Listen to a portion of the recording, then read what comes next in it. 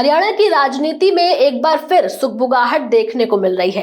प्रदेश की राजनीति भले ही कई मोड़ों से गुजरी हो, लेकिन अगर किसी ने लगातार अपने बयानों और तेवरों से सरकार और संगठन को झकझोरा है तो वो है अनिल विज। 7 बार के विधायक, भाजपा के पुराने सिपाही और हरियाणा सरकार में कैबिनेट मंत्री। एक बार फिर अनिल विज अपने बयानों के चलते सुर्खियों में आ गए हैं। हरियाणा विधानसभा चुनावों की हार के बाद भाजपा ने 42 सीटों पर नए प्रभारियों की नियुक्ति की है, तो अनिल विज का नाम उस सूची में नहीं है।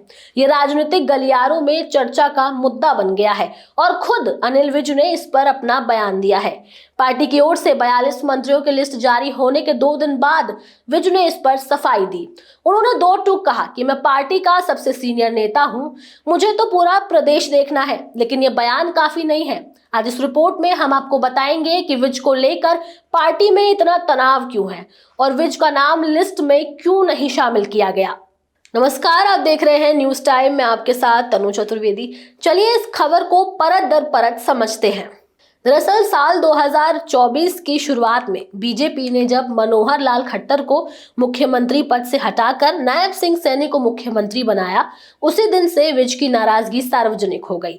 वो मीटिंग बीच में छोड़कर निकल गए, मंत्री की सरकारी गाड़ी लौटा दी और मंत्रिमंडल में शामिल होने से भी मना कर दिया।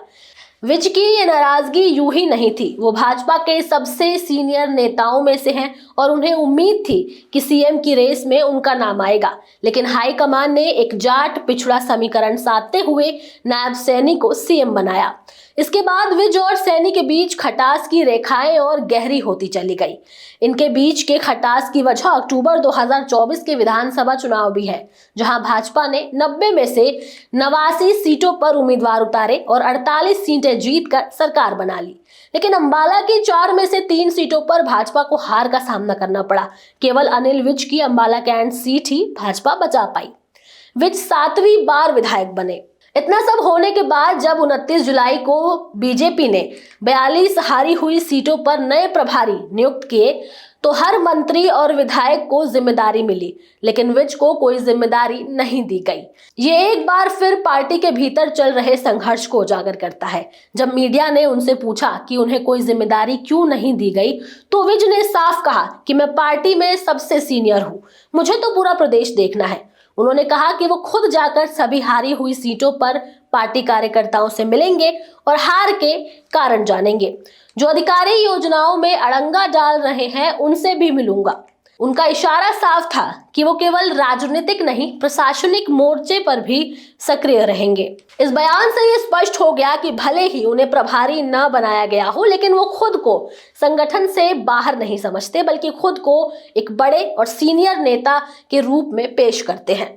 चलिए अब आप लोगों को ये बताते हैं कि अनिल विज ने कब कब सैनी सरकार को असहज महसूस कराया। पहली बार जब विज के सोशल मीडिया हैंडल से मुख्यमंत्री नायब सैनी और उनके समर्थकों की तस्वीरों पर गहरे रंग की गद्दार मुहर लगाकर उन्हें पोस्ट कर दिया गया। ये पोस्ट वायरल हुई और सरकार के लिए शर्मिंदगी की वजह बनी। दूसरी बार जब विज ने सार्वजनिक मंच से कहा था कि मुख्यमंत्री उड़न खटोले पर सवार है, उन्होंने ये भी कहा कि सीएम उनसे मंत्री पद तो ले सकते हैं, लेकिन उनकी सीनियरिटी नहीं छीन सकते। इससे सत्ता के भीतर तल्खी और उजागर हुई। फिर तीसरी बार जब एक रेप केस में प्रदेश अध्यक्ष मोहन लाल बडोली का नाम सामने आया था, तो उन्होंने खुलकर इस्तीफे की मांग कर दी। इससे पार्टी के भीतर भेदभाव और असहमति की स्थिति बनी। ये सब ऐसी सिचुएशन थी जब अनिल विज और सैनी सरकार के बीच मतभेद साफ नजर आ रहे थे। ये कहना भी गलत नहीं होगा कि विज सीएम सैनी के मुख्यमंत्री बनाए जाने से बिल्कुल खुश नहीं थे। पार्टी और विज के बीच रिश्ते इसलिए भी खराब हैं क्योंकि विज पहले गृह मंत्री थे, लेकिन नई सरकार में उन्हें परिवहन, श्रम, ऊर्जा जैसे अपेक्षाकृत कम प्रभावी विभाग मिले। ये उनके लिए एक डाउनग्रेड जैसा था जिसे उन्होंने कभी स्वीकार नहीं किया। उनकी एक राजनीति की शैली है साफ बोलना, डर के बिना बोलना, लेकिन पार्टी अब संयम और सामूहिक निर्णय की बात करती है और यहीं आकर दोनों के बीच मामला खराब हो जाता है।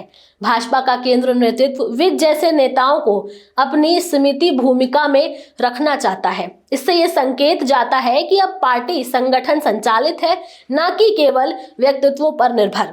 लेकिन विज लगातार अपनी सीट से जीतते आ रहे हैं। अंबाला कैंट से 7 बार के विधायक बनने का मतलब है कि उनका जनाधार स्थिर और प्रभावशाली है, तो पार्टी उन्हें पूरी तरह नजरअंदाज भी नहीं कर सकती है। हरियाणा भाजपा केवल 2 नेताओं के व्यक्तिगत खींचतान नहीं है, बल्कि एक बड़ी विचारधारा और नेतृत्व शैली की टकराहट है। एक ओर है अनिल विज, जो कि पार्टी के सीनियर और अनुभवी नेता हैं। दूसरी ओर है सीएम सैनी, जो कि पार्टी में अपनी एक अलग छवि बनाने में जुटे हैं। अभी ये टकराव कुछ शांत जरूर है, लेकिन हो सकता है कि आने वाले समय में अंतर्विरोध और गहरा हो जाए। अगर ऐसा होता है तो इससे पार्टी पर और उसकी रणनीति पर काफी असर देखने को मिल सकता है।